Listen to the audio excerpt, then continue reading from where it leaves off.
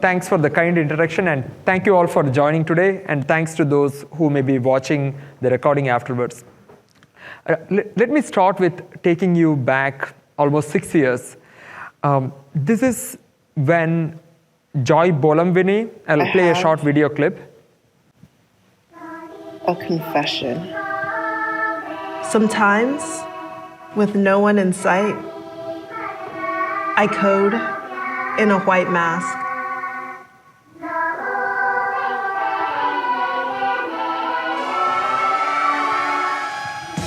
As I make whimsical systems to paint walls with our smiles or project inspirations on faces, I enjoy using code to make my ideas a reality. Computer vision powers my creations, making it possible for machines to detect faces. But at times, I'm invisible.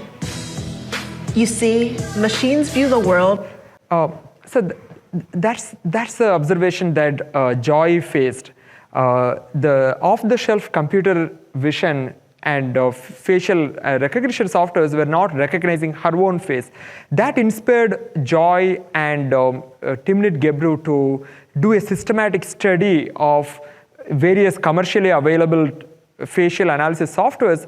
And what they found was really interesting. They noticed that these softwares worked better for light-skinned faces as compared to dark-skinned faces. And also they worked better for men compared to women.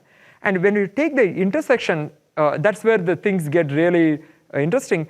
The accuracy was nearly close to 100% for light-skinned men, but the error rates were as high as 34% for dark-skinned women.